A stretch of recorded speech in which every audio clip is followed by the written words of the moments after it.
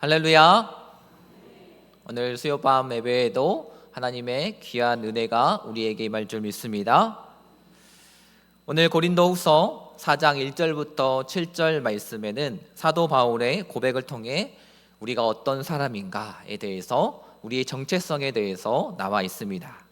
사도 바울은 우리를 무엇에 비교하냐면 바로 질그릇에 비유하고 있습니다. 우리가 질그릇을 어디서 가장 많이 볼까요? 아마 식당에 가보면 칼국수집이나 이런 데 보면 그 칼국수를 담아오는 그 그릇이 대부분 질그릇에 많이 담아주십니다. 이것처럼 질그릇은 비싸지 않습니다. 금이나 은처럼 화려한 색감이 지니지 않았고 또 철처럼 단단하지 않습니다. 그리고 쉽게 금이 가고 충격을 받으면 깨져버리는 게 질그릇입니다. 혹시 집에서 질그릇을 쓰시고 있거나 아니면 예전에 쓰신 분들이 계신가요? 요즘에는 플라스틱이나 아니면 스테인리스, 또 광화유리 같이 그런 그릇들이 많이 있죠. 그래서 요즘에는 질그릇을 잘 보기 힘듭니다. 근데 우리가 어렸을 때 보면 저희 집에도 시골에 가보면 장독대가 있습니다. 그 장독대를 생각해 보면 그것이 바로 질그릇이다라는 것을 알 수 있죠. 혹시 어렸을 때 공놀이 하다가 돌 던지다가 장독대 많이 깨먹으신 분 있으시죠? 맞으면 바로 쨍그랑하고 다 깨집니다. 그래서 이러한 질그릇 같은 그 항아리들은 조금만 충격을 가해도 쉽게 깨지고 부딪히면 쪼개지는 것이 바로 질그릇이라는 것이죠. 오늘 성경은 우리의 인생을 가리켜서 질그릇 같다라고 말씀하고 있습니다. 그래서 우리에게 이렇게 딱지를 붙여야 됩니다. 주의, 깨지기 쉽음라고 붙여야 되는 것이죠. 혹시나 나는 단단하다라고 생각하신 분, 그것보다 더 큰 충격이 있으면 자주 깨지는 게 우리들입니다. 그것이 바로 우리의 인생인 것이죠. 그런데 오늘 말씀에 보면 놀라운 진리를 발견하게 됩니다. 바로 하나님께서 바로 이 질그릇에 보배를 담아 주셨다라는 것입니다. 값없고 또 약한 우리 질그릇 같은 우리 안에 가장 값진 그 보배인 복음을 맡겨 주셨다라는 것입니다. 그래서 오늘 사도 바울은 1절 말씀에 이렇게 이야기하고 있습니다. 우리 1절 말씀 함께 읽어보도록 하겠습니다. 그러므로 우리가 이 직분을 받아 국륜하심을 입은 대로 낙심하지 아니하고, 여기서 보면 바로 낙심하지 말아야 되는 우리의 모습을 보여주고 있죠. 살아가다 보면 우리가 낙심하는 때가 많이 있습니다. 때로는 건강의 문제 때문에 병원을 다녀왔는데 진단서 한 장 때문에 우리의 마음이 무너지는 그런 때가 있습니다. 또 경제적인 문제 때문에 내 통장의 잔고가 점점 줄어드는 것을 보고 우리는 낙심하곤 합니다. 또 가정에서 부부간의 갈등과 또 문제가 있을 때 우리는 그것이 무거운 짐이 됩니다. 또 자녀들의 문제에 있어서 이 아이들이 내 맘대로 내 뜻대로 되지 않을 때 우리는 힘이 빠지게 되는 것입니다. 또 미래를 바라볼 때 우리가 어떻게 미래를 헤쳐나갈지 그 불확실성 때문에 우리는 그 짐들이 나를 짓누르곤 합니다. 이처럼 이런 모든 짐들을 내가 지고 가려니까 우리는 한 걸음 한 걸음 걸을 때마다 낙심할 수밖에 없는 것입니다.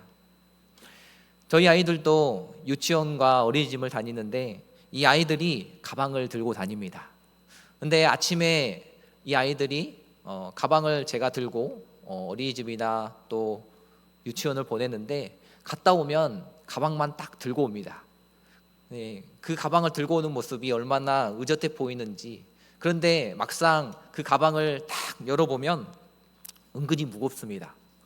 어린애가 이걸 어떻게 들고 가지? 하는데 그 안에 보면 그 아이가 공부했던 거나 아니면 물통 아니면 그런 필요한 것들이 있어야 되는데 그것을 딱 열어보면 아침에 가져가려고 했던 과자들, 그리고 두 손에 들고 갔던 장난감들이 그 안에 들어가 있습니다. 거기 가서는 절대 필요 없는 것들이죠. 이처럼 필요 없는 걸 짊어지고 다니니 힘들고 무거울 수밖에 없는 것입니다. 우리의 삶도 마찬가지입니다. 하나님께 맡겨야 될 그 짐을 우리가 스스로 지려고 할 때 우리는 무겁고 또한 낙심하게 되는 것이죠. 오늘 사도 바울은 우리가 이 직분을 받아 국률하신 대로 입은 대로 낙심하지 않는다라고 고백합니다. 왜 낙심하지 않느냐? 바로 여기서 중요한 단어는 국률이라는 단어입니다. 헬라어로 원문에 엘레오스라는 단어인데 이것은 동정심이 아니라 하나님의 그 깊은 자비와 사랑 그리고 조건 없는 은혜를 뜻합니다. 즉 내가 자격이 있어서 하나님의 그 직분 그리스도인이라는 그 명칭을 내가 받은 것이 아니라 하나님의 일방적인 긍휼 때문에 내가 그 복음을 받은 자, 하나님의 복음을 맡은 자가 된 것입니다. 그래서 오늘 사도 바울은 어떤 사람이었습니까? 원래 그리스도인들을 우리와 같은 사람들을 핍박하던 그런 사람이었습니다. 성도들을 감옥에 가두고 또 그들을 죽이고 하는 그러한 심각한 사람이 바로 사도 바울이었습니다. 그런데 그런 자가 어떻게 사도로서 부르심을 받을 수 있었을까요? 그것은 바로 하나님의 긍휼하심 때문이었습니다. 그가 죄인 중에 괴수라고 그렇게 이야기했지만 그럼에도 불구하고 하나님은 그 사도 바울을 하나님의 긍휼로 사도로 부르신 것이었습니다. 여기서 봤을 때 우리는 교회에서 봉사하고 예배드리고 하나님을 섬길 수 있는 것도 내 능력이 아니라 바로 하나님께서 주시는 긍휼 때문이다라는 것입니다. 오늘 내가 이 자리에 앉아서 예배드릴 수 있는 이유도 바로 하나님의 은혜요 긍휼 때문이다라는 것입니다. 그렇다면 우리는 왜 낙심하지 말아야 됩니까? 그것은 바로 내 자격으로 이 길을 걸어가는 것이 아니라 하나님의 긍휼 때문에 내가 시작했고 또 하나님의 긍휼 때문에 여기까지 왔고 또 하나님의 긍휼 때문에 내가 끝까지 갈 수 있기 때문입니다. 성도 여러분, 오늘 여러분들의 가방 속에는 어떠한 짐들이 있습니까? 필요 없는 짐들, 무거운 짐들, 그 모든 짐들을 하나님께 맡기지 못하고 여전히 끙끙대면서 힘들어하고 있지는 않습니까? 오늘 하나님께서는 이렇게 말씀하고 있습니다. 마태복음 11장 28절 말씀에 수고하고 무거운 짐진 자들아 다 내게로 오라 내가 너희를 쉬게 하리라. 아멘. 오늘 내 짐이 무거워서 힘들고 또 내 힘든 그 마음을 주님 앞에 내려놓는 이 귀한 시간이 되시길 소원합니다. 그 짐을 내려놓고 주님께 온전히 맡길 때 우리는 낙심하지 않고 이 주님의 그 복음을 세상 가운데에 전하는 자가 될 수 있는 것입니다. 그래서 3절부터 보면 우리가 바로 그 그리스도의 빛을 비추는 자라고 말하고 있습니다. 우리 3절 말씀 함께 읽어보도록 하겠습니다. 만일 우리의 복음이 가리었으면 망하는 자들이 가리어진 것이라. 아멘. 사도 바울은 가리워진 복음이다라고 말하고 있습니다. 복음이 가리워졌다. 이 가리워졌다라는 것은 바로 덮어 씌워서 아무것도 보이지 않는다라는 것입니다. 즉 복음이 있지만 그것이 보이는 것이 아니라 가려져서 이 사탄이 사람들의 눈을 가려서 보지 못하게 한다라는 것입니다. 오늘날에도 마찬가지입니다. 우리들 또한 많은 사람들이 돈 되는 일들은 잘 봅니다. 잘 듣고 아 그래? 이것이 그렇게 좋아? 이게 돈이 이런 것들은 잘 보고 잘 듣는데 복음은 보지 못하는 게 이 세상의 사람들입니다. 세상의 소식에는 우리가 귀가 밝아서 팔랑귀가 되면서 하나님의 말씀은 잘 들으려고 하지 않습니다. 그래서 사도 바울은 4절 말씀에 이렇게 말하고 있습니다. 우리 4절 말씀 함께 읽겠습니다. 그 중에 이 세상의 신이 믿지 아니하는 자들의 마음을 혼미하게 하여 그리스도의 영광의 복음의 광채가 비치지 못하게 함이니. 아멘. 여기서 그리스도의 영광의 복음의 광채라는 표현이 나오고 있습니다. 이것은 바로 이 창세기 1장 1절 말씀에 그 태초에 하나님께서 빛을 창조하신 그 말씀과 연결됩니다. 오늘 6절 말씀 우리 함께 읽어보도록 하겠습니다. 어두운 데에 빛이 빛이라 말씀하셨던 그 하나님께서 예수 그리스도의 얼굴에 있는 하나님의 영광을 아는 빛을 우리 마음에 비추셨느니라. 아멘. 이 성경의 의미는 분명합니다. 창세기 1장에서 보여주는 그 하나님의 어두운 가운데에 빛을 창조하셨던 것처럼 오늘 죄와 사망의 어둠 속에 있는 우리들 가운데에 예수 그리스도의 복음의 빛을 비춰주신다라는 것입니다. 그러므로 우리의 사명은 단순합니다. 내가 빛나는 것이 아니라 그리스도의 빛을 받아서 그것을 반사하는 것입니다. 그래서 우리가 밤하늘에 보이는 별들 그리고 달들은 대부분 빛을 스스로 내는 것이 아니라 빛을 반사합니다. 달도 그래서 그 태양빛을 비추지 못하면 그늘이 지는 것이죠. 이처럼 어두운 그 밤바다 가운데에 등대를 우리는 보고 배들은 그 등대를 보고 항구로 들어옵니다. 그런데 그 등대를 관리하는 등대지기는 자신의 이름을 알리려고 하지 않습니다. 묵묵하게 등대의 불빛을 켜고만 있죠. 그것이 전부인 것입니다. 그 빛을 본 배들은 안전하게 항구에 들어오는 것이죠. 성도는 세상에 빛을 비추는 작은 등대입니다.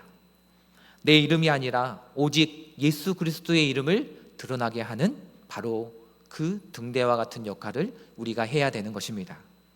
그래서 우리의 말과 태도 그리고 우리의 모든 삶에서 그리스도의 빛이 비춰지게 해야 하는 것이죠.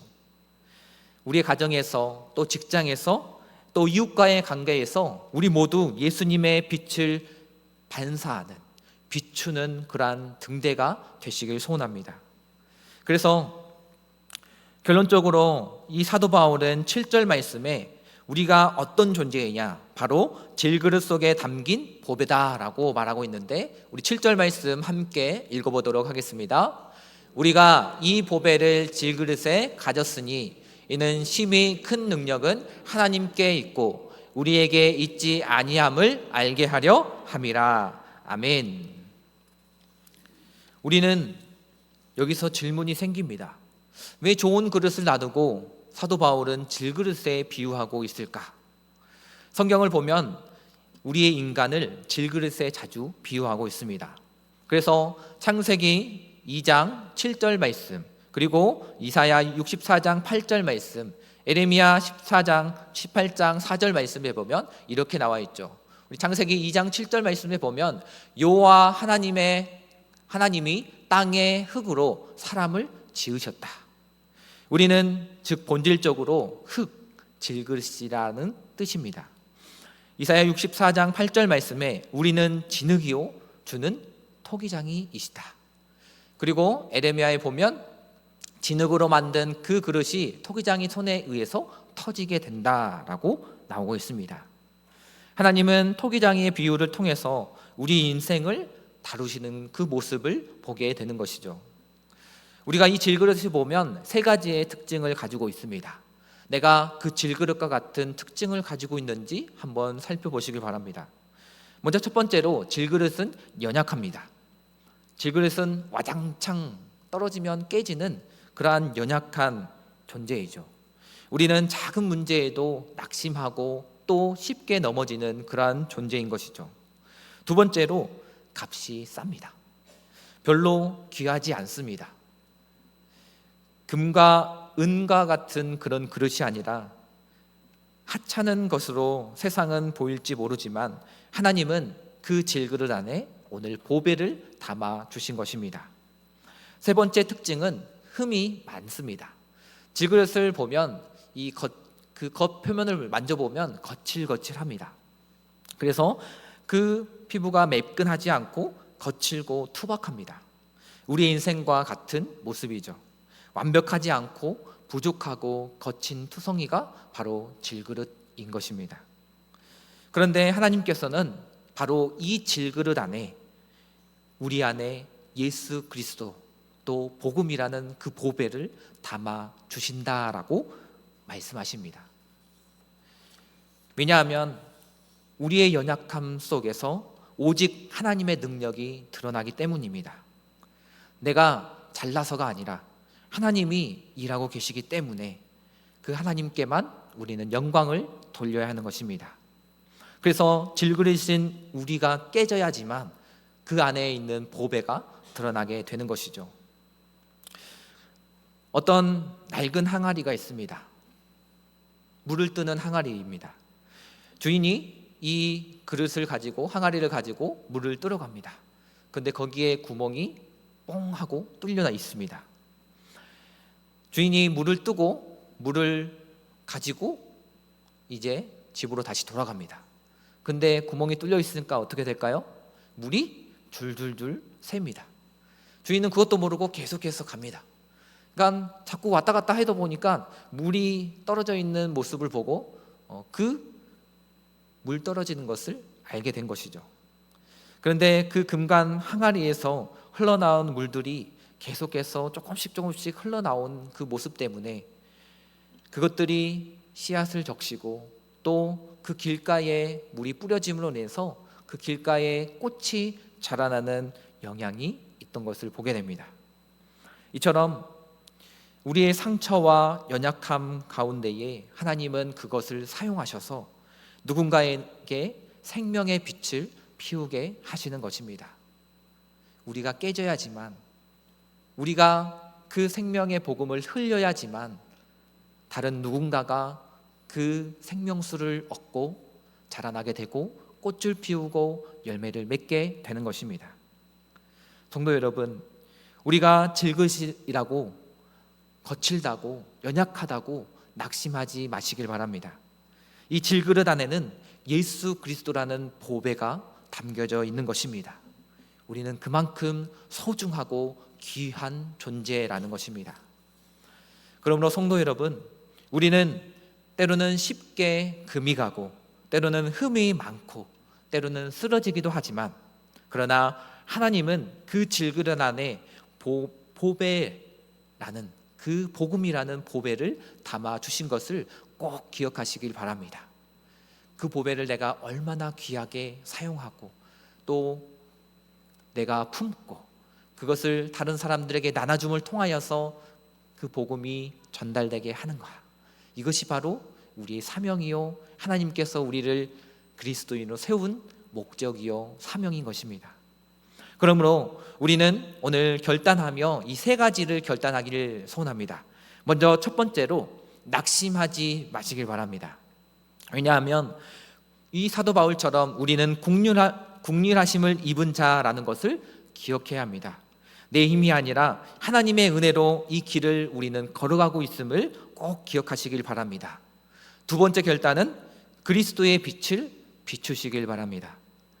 어둠의 그 길 가운데에 세상에 예수님의 빛을 비추는 한 사람이 되시길 원합니다. 그 빛을 받았으면 다만 끝나는 것이 아니라 그 빛을 받고 반사하는 우리가 되길 원합니다. 그래서 우리의 가정에서, 우리의 일터에서 우리가 작은 등대가 되어 예수 그리스도를 반사하는 우리 모두가 되시길 소원합니다. 마지막 세 번째로 우리는 질그릇 속에 보배를 의지해야 하는 것입니다. 그 보배는 무엇일까요? 바로 예수 그리스도입니다. 우리는 쉽게 깨지만 그 안에 있는 보배 대신 예수님이 우리와 함께 하시는 것입니다. 우리의 연약함 속에서 하나님은 더 큰 능력을 나타내시는 것입니다. 그러므로 우리가 연약하다고, 내가 너무 빨리 쓰러진다고 낙심하지 말고, 내가 예수님과 함께 있다, 예수님이 나와 함께함으로 나는 그 예수님의 모습을 드러내며 예수님의 능력을 나타내는 한 사람이다 라는 것을 꼭 기억하시길 바랍니다. 그래서 우리는 하찮은 존재가 아니라 오늘부터 다시 한번 용기를 내어서 내가 쓰러져 있다면 일어나고, 또한 내가 넘어져 있다면 다시 한번 그 주님의 복음을 들고 세상 가운데에 예수 그리스도를 드러내며 살아가는 우리 모두가 되시길 소원합니다. 그리하여서 예수 그리스도가 나의 구원자요, 또 그 복음을 내가 세상 가운데에 전달하는 한 사람이 되시길 소원합니다. 우리 함께 기도하겠습니다.